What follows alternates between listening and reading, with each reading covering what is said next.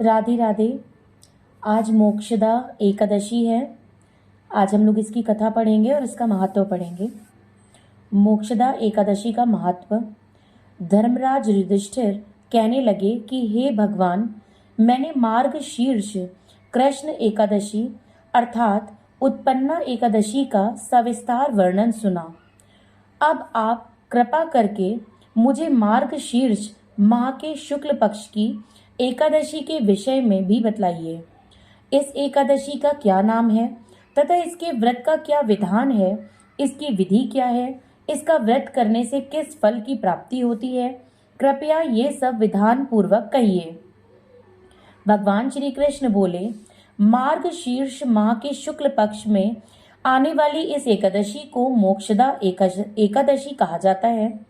यह व्रत मोक्ष देने वाला तथा चिंतामणि के समान सब कामनाएं पूर्ण करने वाला है, जिससे आप अपने पूर्वजों के दुखों को खत्म कर सकते हैं। इसका महात्म्य मैं तुमसे कहता हूँ, ध्यान पूर्वक सुनो। मोक्षदा एकादशी व्रत कथा। गोकुल नाम के नगर में वैखानस नामक राजा राज्य करता था। उसके राज्य में चारों वेदों के ज्ञाता ब्राह्मण रहते थे। वह राजा अपनी प्रजा का पुत्रवत पालन करता था। एक बार रात्रि में राजा ने एक स्वप्न देखा कि उसके पिता नरक में हैं। उसे बड़ा आश्चर्य हुआ। प्रातः वह विद्वान ब्राह्मणों के पास गया और अपना स्वप्न सुनाया।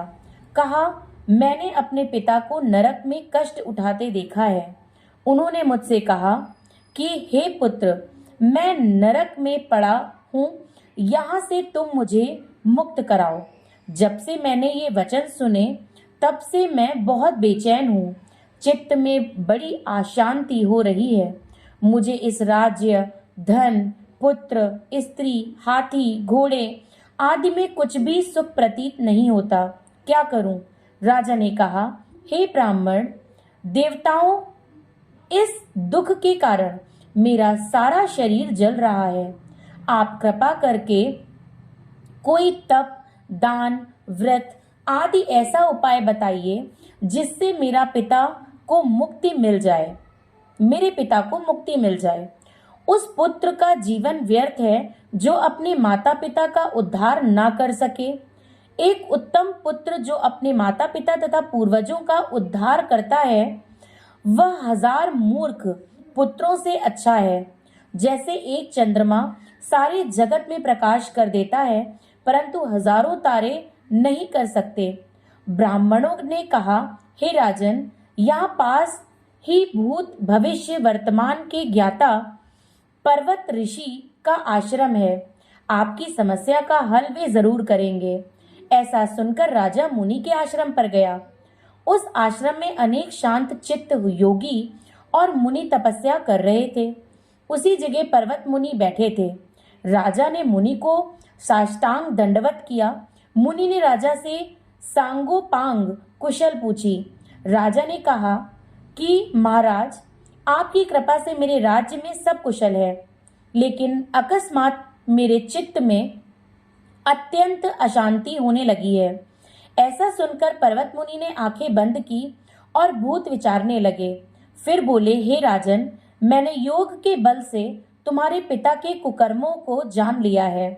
उन्होंने पूर्व जन्म में कामातुर होकर एक पत्नी को रति दी, किंतु सौत के कहने पर दूसरी पत्नी को ऋतुदान मांगने पर भी नहीं दिया। उसी पाप कर्म के कारण तुम्हारे पिता को नरक में जाना पड़ा।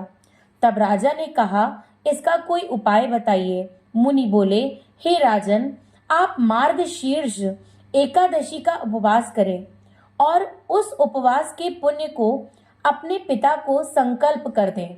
इसके प्रभाव से आपके पिता की अवश्य नरक से मुक्ति होगी।